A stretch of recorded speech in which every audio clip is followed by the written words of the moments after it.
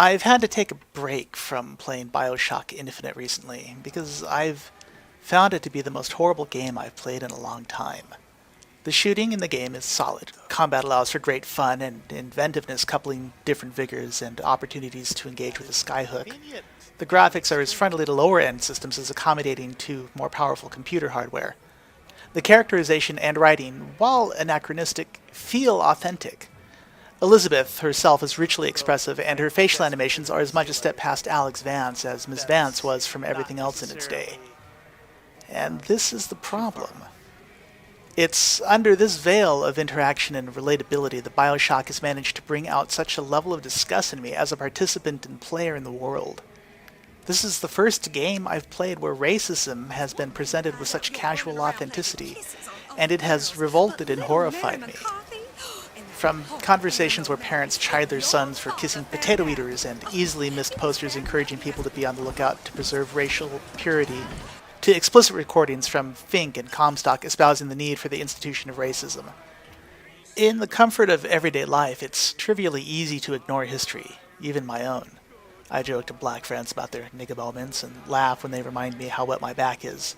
And it's been this way for me for a long time, as I've generally always drifted between racial cliques and got along because I don't give two shits what color someone's skin is, or appears to be. But it wasn't always like this. I grew up hearing people complain about some damned uppity nigger bitch who didn't know her place on a bus. I've known people who earnestly believed in the white man's burden. I remember people telling stories about Tennessee assassinations like it was a good thing, and maybe the ungrateful bastards would appreciate the lash and chain like the animals they were. Reconstruction happened a long time ago, but there are still a lot of people who never got along. Comments at CPAC this year made that clear when a black man, leading a panel discussion, listened to an audience member say that Frederick Douglass should have been grateful to his master for the many benefits he was given.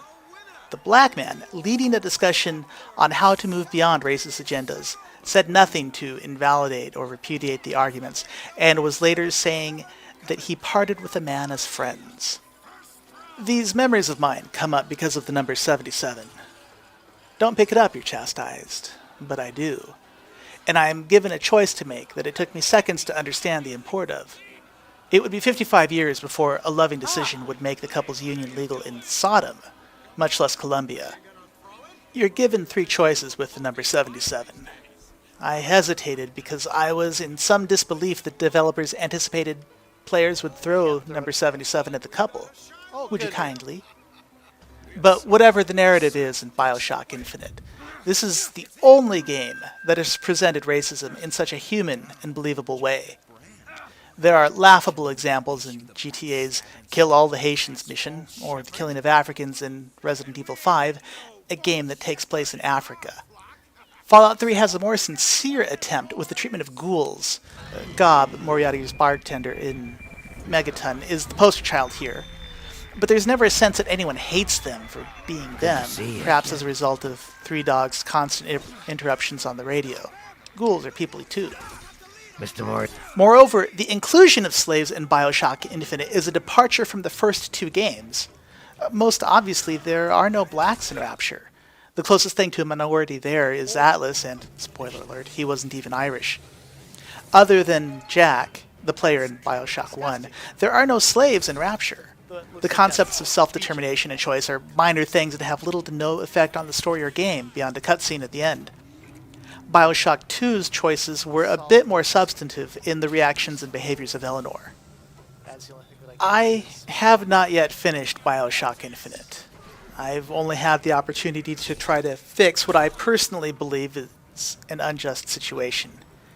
It's easy to sympathize with Daisy Fitzroy when she asks me to bring her weapons. I've also gotten far enough to see that no good deed goes unpunished. Yes, Fitzroy and Comstock certainly deserve each other. And so, presented with the reminders of history I've seen and read about, so graphically and believably presented, BioShock Infinite makes me sick to my stomach. Which is absolutely incredible.